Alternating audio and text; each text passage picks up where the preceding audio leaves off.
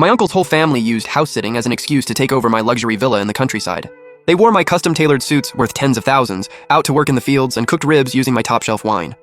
My aunt even yanked out all the rare orchids from my greenhouse and fed them to the pigs, just to make room to plant green onions. I was furious and rushed back to confront them, only to get mowed down by my cousin in a farming tricycle. Now I've been reborn on the exact day my villa was just completed. I spent the night quietly lending my greenhouse to the Agricultural Research Institute and moved all the rare orchids out. I replaced them with a batch of Class A classified GMO research plants, not only worth tens of millions in research funding, but loaded with extremely potent hallucinogens and neurotoxins. Once that was done, I plastered warning signs all over the greenhouse. Research facility, enter at your own risk. But I knew my aunt. There was no way she could keep her hands off that greenhouse. I mean, this is a $5 million villa, more than enough for them to show off in front of the whole village. Lin Chen, open this door. You little punk, you make a little money and suddenly forget your own family? I always knew these relatives were shameless, but I never thought they'd go this far, draining every cent I had and then trying to kill me. Good thing I got another shot at life, or these leeches would have already broken down my door by now. Mom, I don't care, I want to live in this big house. It's way better than that crappy little shack we've got. Lin Chen, if you don't open this door right now, I will break it down. Don't test me. We came all this way to look after your place, and this is the attitude we get? I stood behind the door and took a deep breath. In my past life, I would have screamed right back at them, and they would have just dug in harder. But this time, I know. Arguing with these people is pointless. I'm going to lift them up high, and then drop them. Uncle, Auntie, what's going on? I was just inside packing up when I didn't hear you knock. You guys came all the way to house sit? That's honestly perfect. Now that's more like it. I kept saying, you're a young guy, you're busy in the city. A place this big needs a senior around to keep things in order. Uncle, look, consider this place yours. Whatever room you want, it's yours. Honestly, having you here saves me from hiring security. I watched them swarm in like they were raiding the place. Eyes lit up, hands all over my leather sofa. Wang Kuiwa didn't waste a second. She plopped herself right down at the head seat like she owned the house.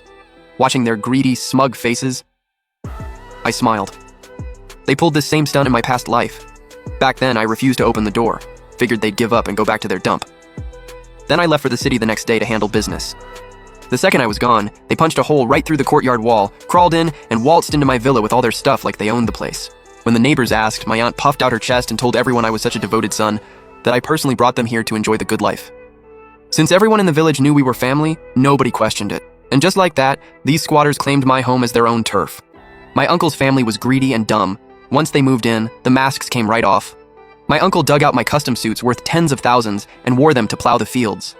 My aunt grabbed my premium wine and stayed up half the night braising ribs with it. And that spoiled little brat Lin Xiaobao?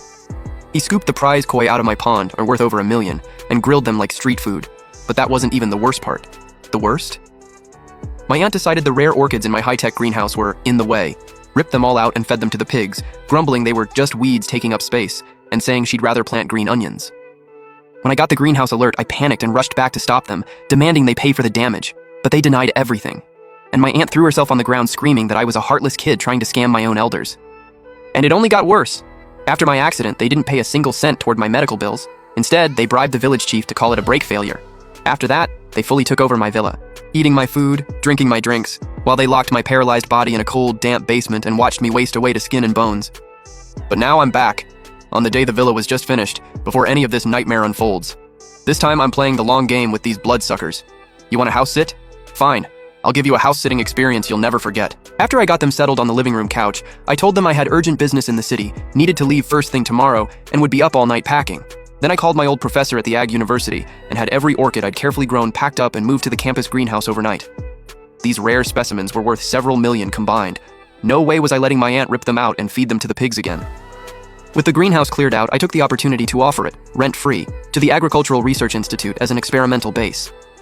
Early the next morning, while my uncle's family was still dead asleep, the Institute's van pulled up and delivered a batch of Class A classified GMO research plants, red-spotted Datura.